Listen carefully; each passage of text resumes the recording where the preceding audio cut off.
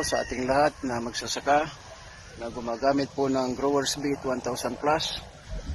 Ako po si Elpidio Arponida. Nandito po ako ngayon sa Barangay Patayak. Ang demo po namin ngayon, farm ni Rolando Rosolta. Siya po ang presidente ng farmers dito sa Patayak. Pangalawang spray na namin ito noong August 21. Ngayon August 26 na. Bali mag-isang linggo. Marami ng pinagbago. Ang gaganda yung puno, malalaki, malulusog, at saka matigas yung mga puno niya, hindi basta-basta nayuyupi. Malusog, at ang ganda ng pagka-natural niya. Bali ko na ito, pangalawang spray.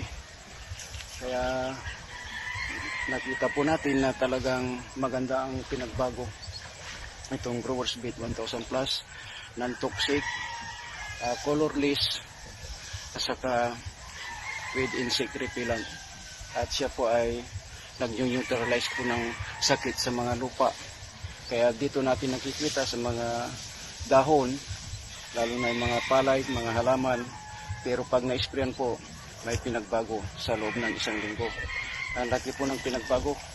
Pati yung ukra kanina na in-sprayan din namin, August 21 din, bali isang linggo, hindi po siya natinag sa ulan na sa loob ng isang linggo. Ang ganda niya, ang lalaki na yung mga dahon. Kaya makita mo yung mga linya ng mga okra, ang lalaki na lulusog. Kasama rin po yan ang may-ari, si Rolando Rosolta. Siya po ang president ng Barangay Patayak, Santa Barbara, Pangasinan. Kaya dito na lang po kasi patapos na kami. May ulan-ulan din konti, pero ayos lang ang pag-spray. Ito, ang ganda yung pagka-natural niya, yung palay, ang lulusog yung mga puno. Pero ito yung katabi niya, ito, katabi niya, hindi po gumamit yan. No? Tingnan mo yung mga daon yan, ang liliit. Malnourished. Pati yung dawa niya, ang liliit. Payatot. Yan. Ito, atin naman, ang ginamitan ng foliar, Growers Beat 1000 Plus. Tingnan mo yung mga puno dyan. Malulusog yung puno, oh. Ganun mo yan, matitigas. Oh, ang daming mga gipi. Natural ang kanyang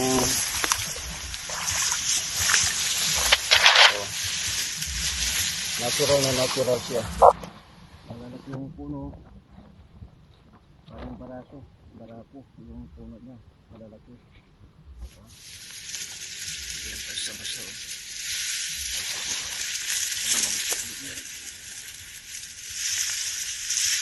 Ito ang na-sprayan ng Growers Beat 1000 Plus.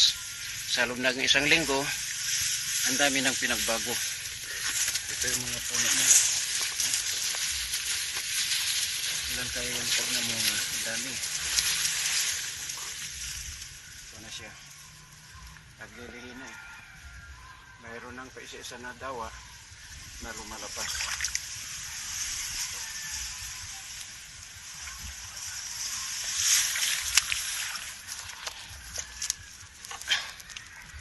Ito, hindi ginamitan ng foliar.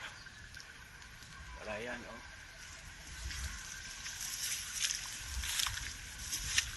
Ito yung foliar natin na ginamit.